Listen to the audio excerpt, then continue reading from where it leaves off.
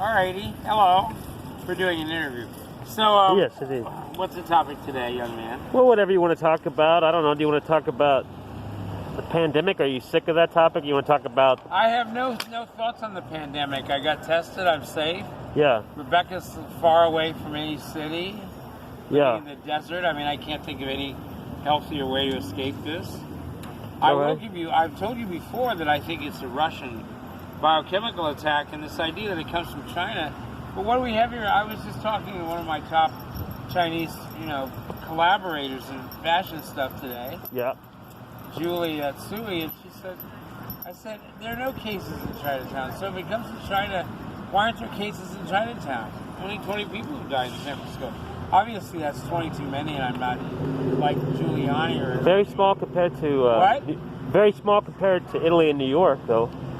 But why? Because Moscow targeted New York, and Italy was in the way on the vector. That's what happened. It didn't come from China, it came from Russia.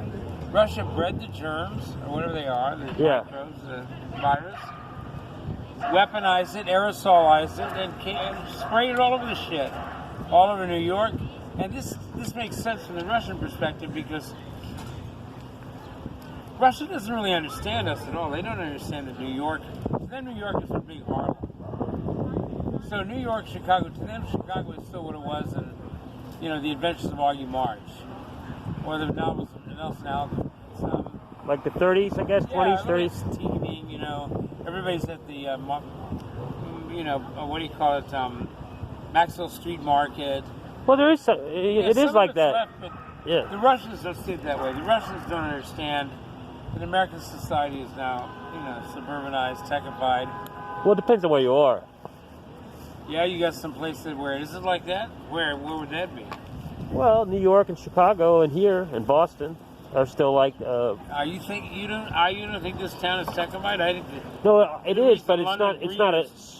But people walk around and live close to each other, though. It's not like the. Yeah, no, I'm not saying it's a suburb, but I'm saying that it's not the way the Russians view America. The Russians view America as a teeming cauldron of frustrated energy. So, I'm convinced of that theory. That's the theory that makes sense to me. If it came from China, there would be logically a big impact in our city here. But there's none. I live in Chinatown. There's no impact. I went out to see Julie today and talk about clothes. And I said, have you heard of any? No, there are no cases. So, ergo, it's a vector from Russia. It's a biochem attack intended to keep Trump in power. Huh. Now, the main thing to understand, though, is none of this involves the Russian army. And the Russian army hates Putin, and they may remove him. That's one of the things we have. I think both countries, it's a military solution.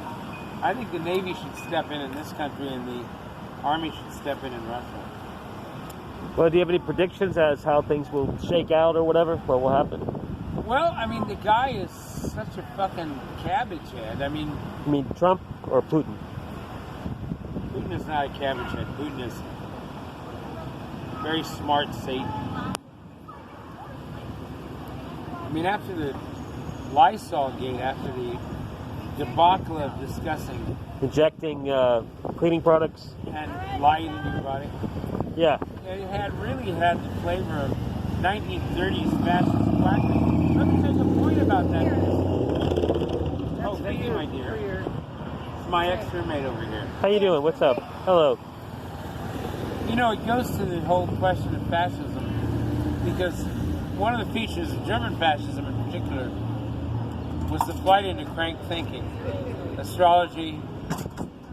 I like astrology. What? I love astrology. Yeah. We rescue it. No, people like us, we rescue the mystical and occult arts. Right. But there are times when the masses flee into them in a way that's not helpful. And the masses fled into German astrological pamphlets that said Hitler was the savior. That was not good. Right. But there's a flight in fascism. There's always a flight in the irrational. So for him to say these things... Speaking of Nazis and that kind of stuff, didn't the Nazis invent crystal meth? Yep. That's what I thought, yeah. Yeah, to get Goebbels up heroin. Well, I thought just to to energize, in an attempt to make super warriors. Well, but then then they handed it out to soldiers. Right. Yeah. You know what the Serbs handed out? But don't they also too? Don't in the all armies? Don't all militaries give amphetamine pills? I don't know. amphetamine to pilots and stuff to keep them awake and people to who knows? Yeah. That's above my pay grade, as the cliche goes. Okay. Yeah.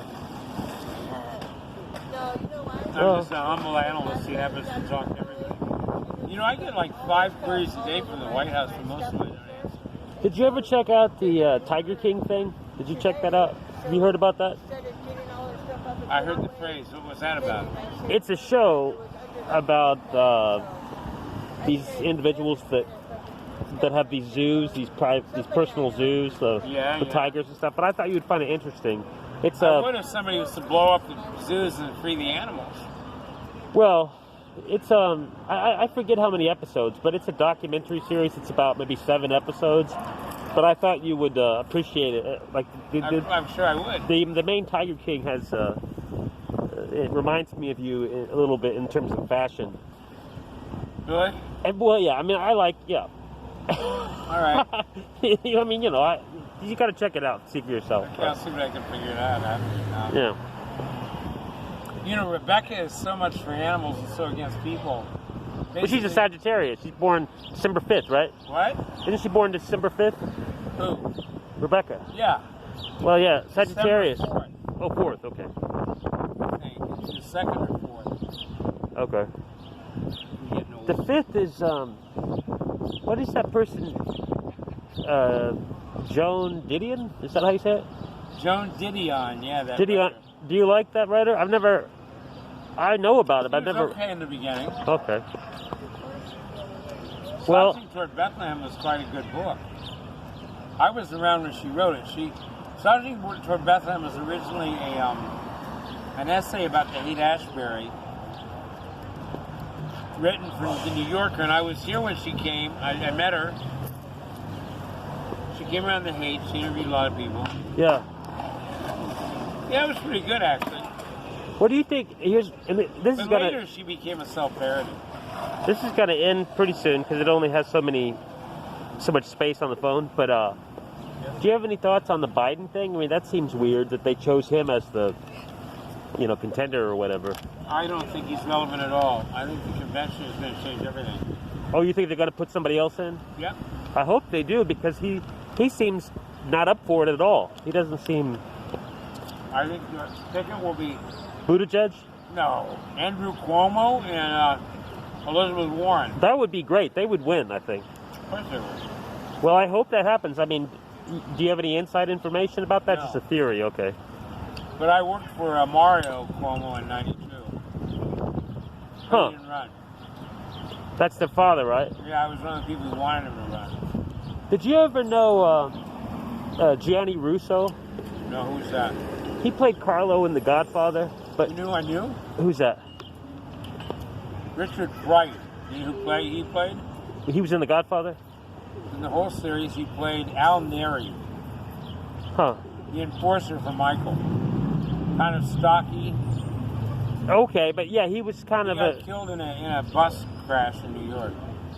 Oh, okay. He started out working here, and he started out in a play, which I'm now rereading by Michael McClure, called The Beard, which was busted because it involved eating pussy. Huh. Well, Gianni Russo, he was real mafia, and he was, to my understanding, he was the middle person between that allowed the movie to be made. I heard that role was taken by Richard Castellano, and that Richard Castellano then had to get out of the movie. Well, Frank Coppola, the real one. Frank Castellano was the mafia dude. No, Frank Coppola. That's the same name. That's what I heard. Huh. Who? No, I'm thinking of Frank Costello from Chicago. No, from New York. From New York. But he was the... Homie, Frank Costello ceased to be the person of interest about 1970. I know. Well, okay, but I'm saying, but he was... some of the Godfather was based on him and a couple other people. Oh no, it was based on all of them. Yeah. It was based on the Bonanos. It was based on the Bonanos. Somewhat Luciano, not really Luciano. For one thing, the whole conceit that Don Vito was, because they would never have called him Don Corleone. That was the one factual mistake. Glaring. The idea that Don Vito was this paragon of ethics who would say, "Oh no, we're not going to, sell heroin." I don't buy that at all. I mean, these are. I told you this. It's too bad you don't have more space. Well, I already told you the story about David Dubinsky and Luciano, right? I don't think so. No. No? How much time you got? We'll see. Maybe 3 minutes or something like that. David Dubinsky was a socialist Jew, and he was the head of the Ladies Garment Workers Union, and his second in command was an Italian anarchist named Luigi Antonini. Okay. The union was about 60% Hebes and about 40% Italians. So Antonini comes to Dubinsky, he says, "We got a problem up in here." He says, "There's this Ginzo, this Goomba, this greaseball named, calls himself Luciano. It's this goons are muscling in on the union. Okay. Loan sharking and such like." So Dubinsky says, "Okay, tell him we want to sit down. Right. Tell him he can pick the place and we'll pay." Well, Luciano picked the place, but he paid, and it was the Waldorf Astoria. So in comes Luciano with 4 robots and fancy suits, and in comes Dubinsky with his 4 guys. And they, eat some bread or whatever. And Dubinsky says, "Why are we sitting here?" And he says, Luciano says, "Well, I want to get in on the action." And Dubinsky says, No. You're not going to get in on the action. You're not coming anywhere near my people. Just don't even think about it. So they go back and forth, and Luciano says, "Hey, you know who you're talking to?" And Dubinsky says, "Oh, by the way, I heard this from the last surviving person who was there." Dubinsky says, "Yeah, I know who I'm talking to. I'm talking to a cheap punk in a fancy suit." Huh. So Luciano says, "No, you don't know who you're talking to." Dubinsky says, "No, you don't know who you're talking to." He said, "See this first guy over here that looks like a rabbinical student?" Huh. He assassinated the chief of police of Krakow in 1905. See the one next to him who looks like he should be pushing a cart on Rivington Street? He organized a party of Jewish partisans. He killed a whole bunch of black hundreds in Ukraine, also in 1905. See this one over here? He kind of looks like he ought to be, sitting in a library somewhere. He blew up the police headquarters in Kiev. And then we got the Italian guy. And so Luciano says, I get it. You guys got guys who will fight. And Dubinsky says, no. You got guys who will kill, but I got guys who will die. And that's how they kept the mafia out of the union for a generation. Huh. What do you think of that story? Well, I'll have to, it's recorded now, so I'll listen to it again and kind of, I don't know, think about it more, We had a good interview about that on the waterfront sermon by... Yeah, did you show it to people and stuff? Yeah, of course I did. Okay. Well, I guess I'll stop now. It's so... Roger was obviously in a bad mood, him coming over and throwing these videos in my face. Who's Roger? That idiot, the husband of that woman. No. Oh, so I haven't shown you the stickers. These are by far my wickedest yet. And considering what some of the others were, one of them identifying a woman as a gigantic mutant cockroach. One of them calling Shaba Parnuti an unbeliever.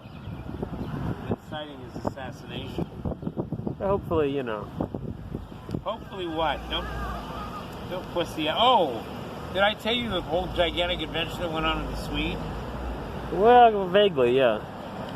But I reconciled with the Swede, more or less. That's good. Yeah, over the body of Hirschman's wife. That's why Rosemary is so upset. Well, as long as you don't, pull a Dan White or something, Why would I do that? I'm not gonna. If I'm gonna kill somebody, come on, man. It's not gonna be here, and it's not gonna be some nickel and dime nitwit. Yeah, you got to make it count. You probably kill somebody more like in a more international situation or something, like that movie Topaz. You ever see that? Erdogan. Okay. Well, is there anything you want to leave this message on to the world? Yeah, if we're talking about people that should be hanged, let's start with Stephen Miller. I don't know who that is, but He's the evil fascist brain behind Trump's. Oh, that's right. I know who he is. Yeah. Oh, here. Check this out. You love this, I think. Check this out. Dogs hate skateboards. That's for sure. War crimes alert. Ah. Well, that's all for now. Hirschman and the Nazi